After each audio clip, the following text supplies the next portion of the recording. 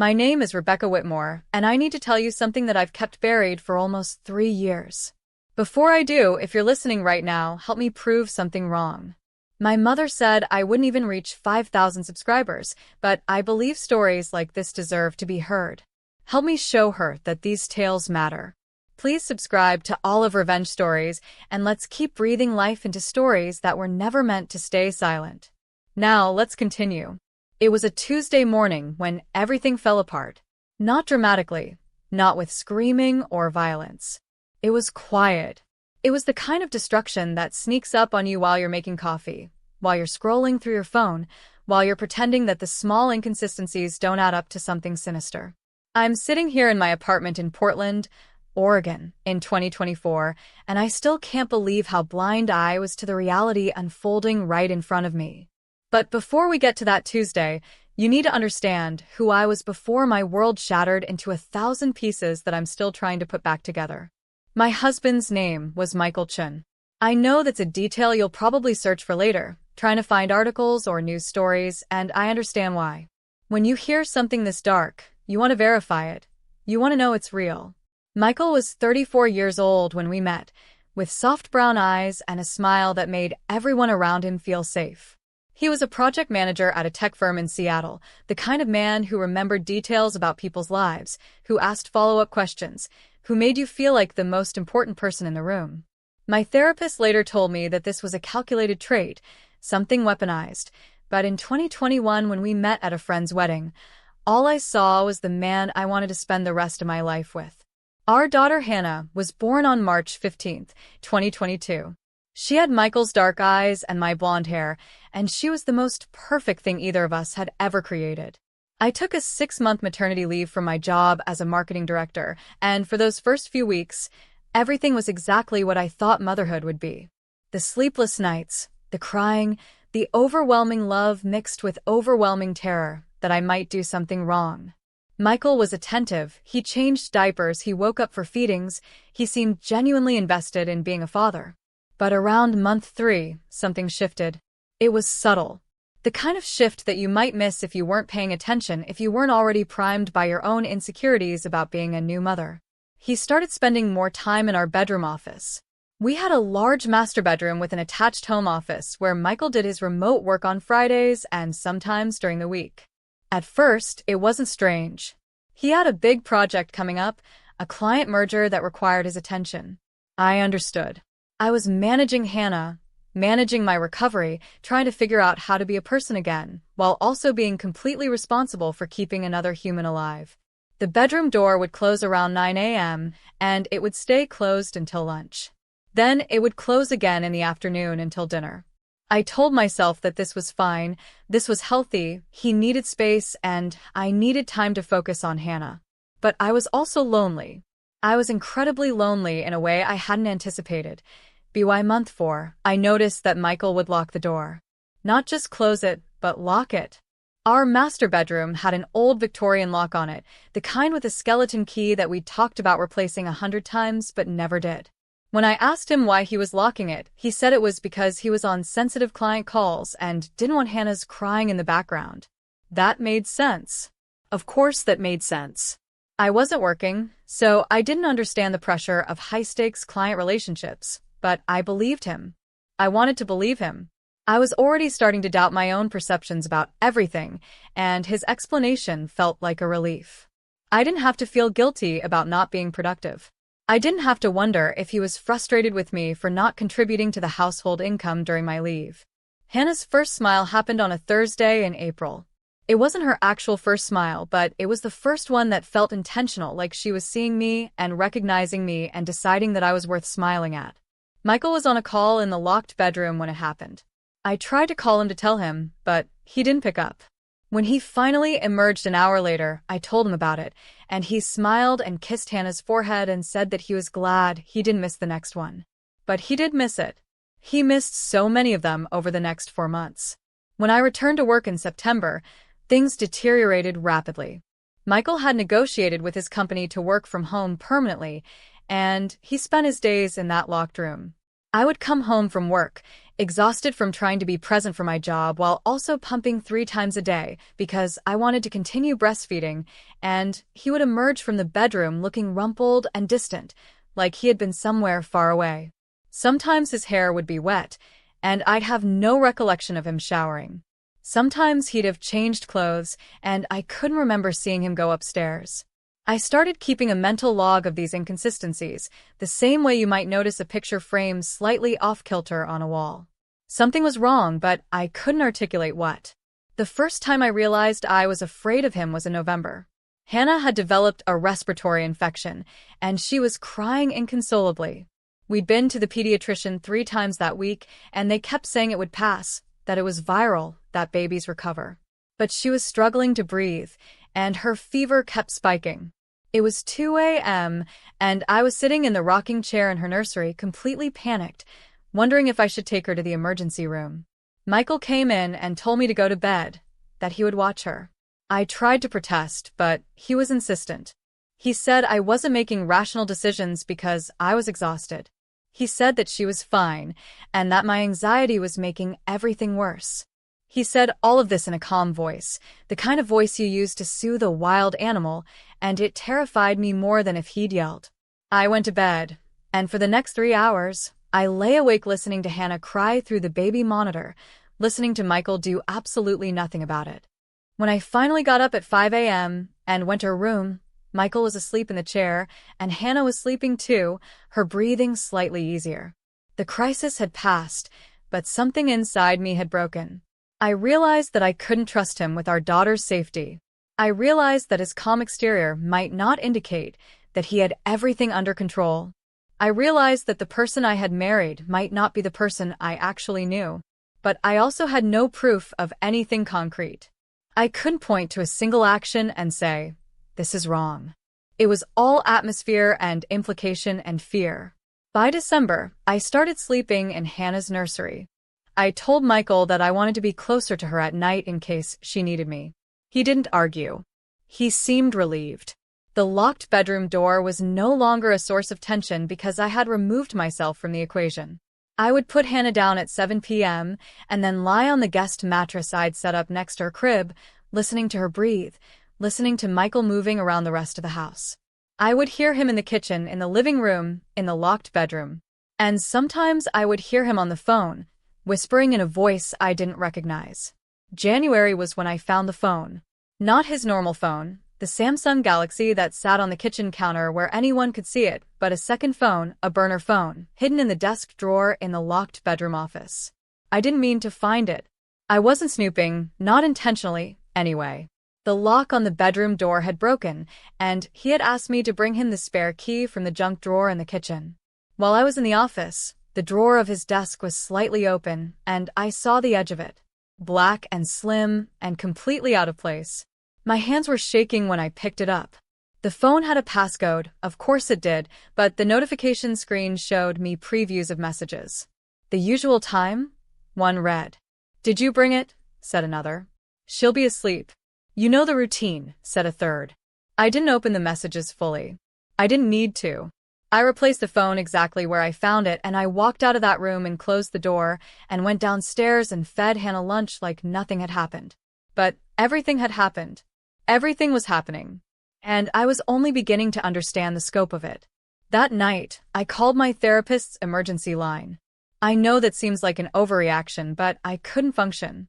My mind was fragmenting, and I couldn't tell what was real and what was my own paranoia. She had me come in the next morning, which meant I had to call in sick to work, which meant I had to look Michael in the eye and lie. I told him I had migraines. He didn't question it. He went into the locked room, and I took Hannah to my mother's house and drove to my therapist's office in North Portland, where I sat in her calming room with the white noise machine and the soft lighting, and I fell apart. Dr. Patricia Rodriguez asked me to walk her through everything starting from the beginning. I told her about the locked door, the second phone, the whispered conversations, the way he looked at Hannah sometimes like she was an inconvenience rather than a child. I told her about the morning I woke up and found him standing over her crib at 3 a.m. with no explanation. I told her about the way he would disappear for hours on the weekends, telling me he was running errands, and I'd see him return without groceries or gas or anything that required a 2-hour absence. I told her everything, and when I finished, she was quiet for a long time. Then she asked me if I felt safe. I couldn't answer. That was my breaking point. I started crying, and I couldn't stop. Dr. Rodriguez handed me a box of tissues and asked me if there was someone I could stay with. I said yes. My best friend Jennifer lived 2 blocks away. She asked if I had somewhere I could take Hannah. I said yes. Then she told me something that changed everything. Sarah, I'm going to be honest with you. Everything you're describing falls into a pattern I've seen before. I can't tell you what your husband is doing without more information, but I can tell you that your instincts are protecting you. Trust them. That night, I packed a bag. I told Michael I was taking Hannah to Jennifer's for a few days because I needed a break, because I was struggling with postpartum depression, because I needed some space. He didn't try to stop me. He hugged me at the door and told me that he loved me and that he understood. That normal, perfect hug made my skin crawl. At Jennifer's house, I told her everything. Jennifer had 2 kids of her own, and she listened with her jaw getting progressively tighter. When I finished, she didn't tell me I was being paranoid or that I was reading too much into things. She told me to file a police report. She said that if even half of what I was describing was true, then I needed to involve law enforcement immediately. It took me 3 days to work up the courage to do it. 3 days of Jennifer watching Hannah while I sat in the Portland Police Department's filing room, explaining to a very kind officer named Deputy Morrison that my husband had a second phone, and whispered conversations and strange absences, and that I was afraid he was involved in something that could hurt my daughter. Deputy Morrison asked me specific questions. Did I have evidence of abuse? No. Did I have evidence of him harming Hannah? No. Did I have direct evidence of criminal activity?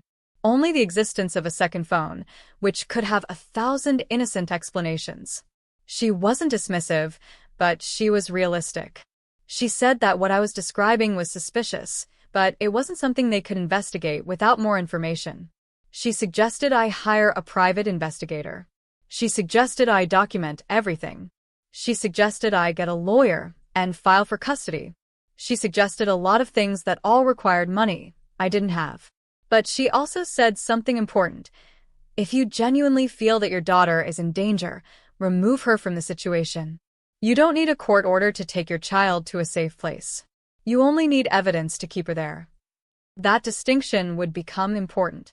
I spent 2 weeks at Jennifer's house, and during that time, I did something I'm not proud of. I hired a private investigator using money from my savings account. His name was Marcus Webb, and he was a former Portland police detective who'd gone private 15 years ago. He didn't ask many questions. He just took the information I gave him, photographed the address of our house, and told me to send him screenshots of anything suspicious I found. Then he started surveilling Michael. The report came back 2 weeks later, and it was worse than anything I'd imagined. Michael had been visiting a house in Northeast Portland 3 to 4 times a week. The house belonged to a man named Gregory Paulson, who had a criminal record going back 18 years. Drug manufacturing, distribution, conspiracy to commit fraud, domestic assault. Michael would arrive at the house and stay for 40 minutes to 2 hours, always in the late afternoon, always leaving through the back alley. The report also documented Michael's schedule of absences on weekends, and Marcus's team had been able to determine that he was traveling to properties he owned in rural Washington and Oregon, properties that didn't appear in any legitimate real estate database that Marcus could access. I showed this to my lawyer, a woman named Catherine Huang who specialized in family law. She read through the report with me sitting in her office, and then she said something I will never forget. Your husband is involved in something illegal. The question is whether it affects his fitness as a parent, and whether your daughter is being directly endangered. We need to know what Gregory Paulson's house is used for, and we need to know what Michael is doing at those rural properties. Getting more information meant taking more risks. It meant going back to the house and searching it properly. It meant calling in a favor from Marcus Webb to do another round of surveillance. It meant living in constant fear that Michael would catch me. But it also meant potentially protecting Hannah from whatever was happening. So I did it. I told Michael I was willing to try again. I said that I'd been struggling with postpartum anxiety and that I was ready to come home and work on our marriage. He was thrilled, completely and genuinely thrilled, which made me feel sick to my stomach. I went back home with Hannah on a Friday. Michael had cleaned the house, bought flowers, prepared dinner. He was the version of Michael that I had fallen in love with, and it was the most horrifying thing I'd ever experienced because I knew it was a performance. That night, he went to bed at 10 p.m. He had been working hard all week, he said, and he was exhausted. I waited until he'd been asleep for an hour. Then I took the spare key and went into the locked office. My hands were shaking so badly I could barely function, but I went through every drawer, every file, every corner of that room. What I found was a ledger, an actual, physical ledger documenting transactions, amounts of money, dates, initials, and locations. The dates corresponded with Michael's visits to Gregory Paulson's house. The amounts were in the tens of thousands of dollars. I photographed every page with my phone, my heart pounding so hard I thought it might explode. But that wasn't the worst part. The worst part was the folder in the bottom drawer labeled insurance. Inside were photographs. Photographs of women. At least 15 different women, maybe 20. And underneath each photograph was a name, an address, a place of employment, and what looked like bank account information. Some of the photographs had notes in Michael's handwriting. Some of the notes said things like confirmed vulnerable, or access through child, or leverage available. I don't remember walking out of that room. I don't remember going downstairs. I don't remember calling Marcus Webb at 2 a.m. or telling him in a shaking voice that I'd found something that changed everything. But I must have done all of those things because Marcus arrived at Jennifer's house by 7 a.m. and I showed him the photographs on my phone, and he went very quiet. "Sarah," he said slowly, "I think your husband is involved in human trafficking. Or facilitating it. Or both." The words didn't compute. I heard them, but they didn't make sense. They belonged in a crime documentary, not in my life, not in my marriage, not in anything that could possibly be real. But the photographs were real. The ledger was real. The folder labeled insurance was real. And my husband, my sweet, charming, perfect husband, had apparently been using his access to vulnerable women through therapy-adjacent scenarios to exploit them. Marcus made calls. I don't know who he called, but it resulted in a visit from FBI agents the next afternoon. 2 agents, a man and a woman, arrived at Jennifer's house with a warrant to search my home. Michael was arrested at his office while I waited with Hannah in Jennifer's living room, watching Sesame Street and trying not to fall apart. When they brought him in for questioning, he lawyered up immediately. He didn't try to defend himself or explain or claim innocence. He just sat in that interrogation room and asked for counsel, which told the agents everything they needed to know. What unfolded over the next several months was an investigation into a trafficking ring that extended across 3 states. Michael had been facilitating it, identifying vulnerable women through various means, betting them as targets, and then connecting them with Gregory Paulson, who was the actual trafficking ring operator. Michael was paid for every successful referral. The rural properties he owned were used as holding facilities. The women whose photographs I found were eventually located, and most of them agreed to cooperate with law enforcement. Many of them showed signs of exploitation, drug dependency, and trauma. The worst part, the thing that broke something inside me that I don't think will ever fully heal, was learning that Michael had been grooming Hannah. Not in a direct way, not in the way that makes headlines and destroys careers, but in a subtle, insidious way that was designed to make her compliant, comfortable with men she didn't know, unbothered by their presence in her life. The photographs in the folder, the ones I found in the locked office, included several of Hannah sleeping. Photographs that Michael had apparently been sharing with Gregory Paulson for purposes of identifying which of his trafficking victims could be leveraged against him, using his daughter as collateral. Michael was charged with conspiracy to commit human trafficking, money laundering, and exploitation of a minor. The federal case went to trial in Portland Federal Court in October of 2023. I testified, which was the hardest thing I've ever done. I described my marriage, my suspicions, my discovery of the second phone, the photographs, the ledger, all of it. Michael sat at the defense table and looked at me with an expression of such complete indifference that it proved to me, more than any evidence could have, that I had never actually known him at all. He was convicted on all counts.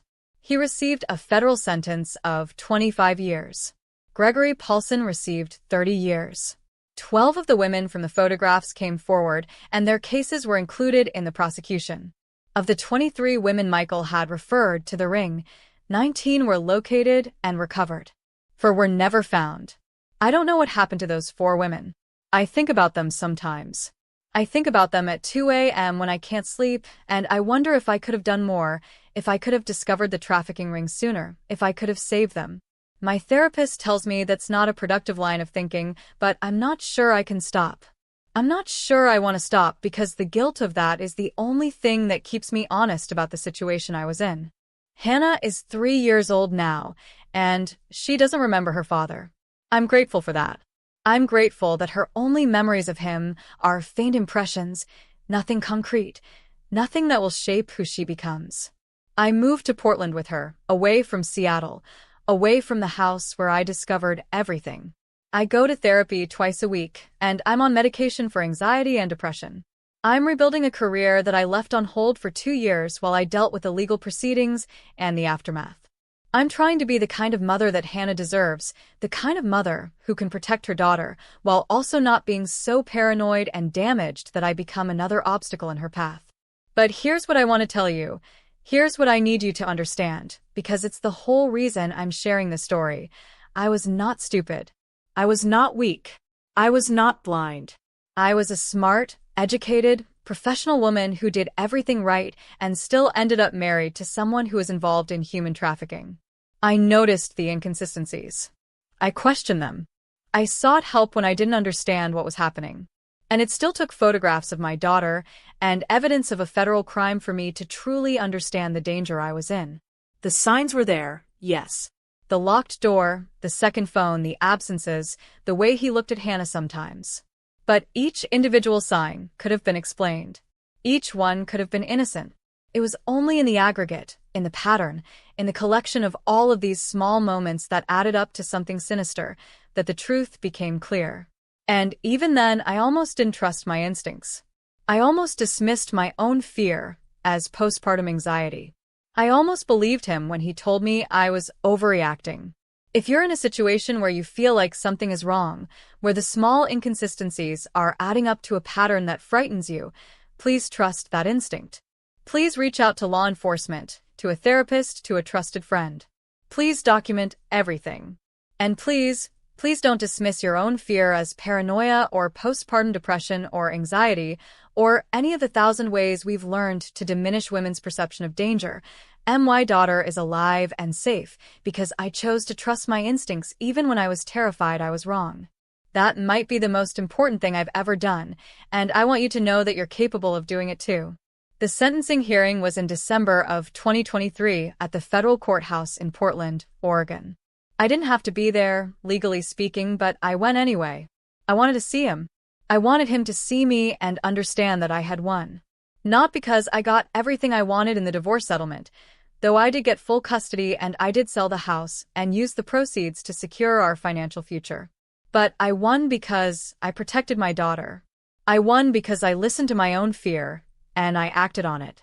I won because I was brave enough to blow up my entire life rather than stay in a situation that was poisoning me from the inside out. When Michael was led from the courtroom in handcuffs, he looked at me for the first time since the trial began. His expression was unreadable, but his eyes were cold. He had lost, and he knew it. I took Hannah home that night and I tucked her into bed and I sat on the edge of her mattress and watched her sleep. I thought about the women whose lives had been destroyed by the trafficking ring. I thought about the women who hadn't been found. I thought about my own journey from a woman who was afraid of her own husband to a woman strong enough to destroy him with the truth. And then I did something I hadn't been able to do in years. I went to bed knowing that my daughter was safe.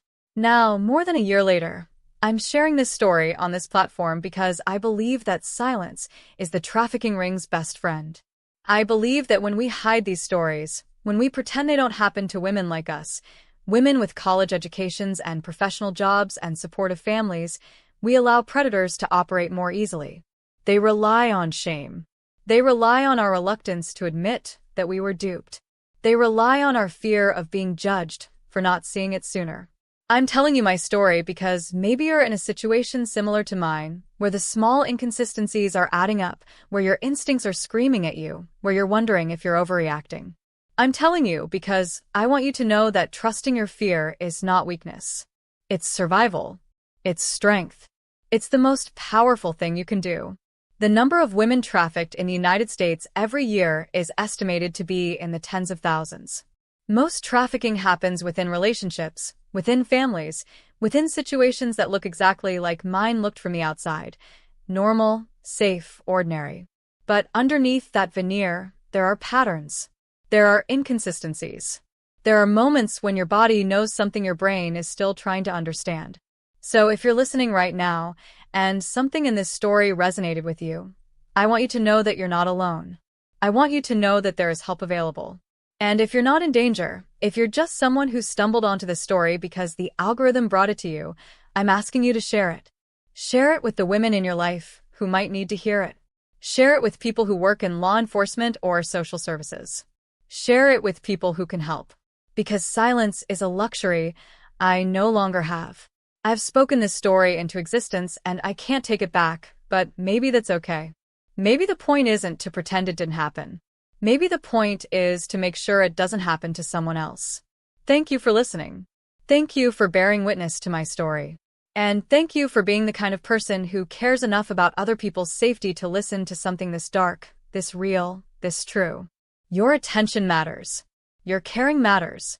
And your willingness to share this story with others matters more than you know. If you're listening right now, help me prove something wrong. My mother said I wouldn't even reach 5,000 subscribers, but I believe stories like this deserve to be heard. Help me show her that these tales matter. Please subscribe to Olive Revenge Stories, and let's keep breathing life into stories that were never meant to stay silent.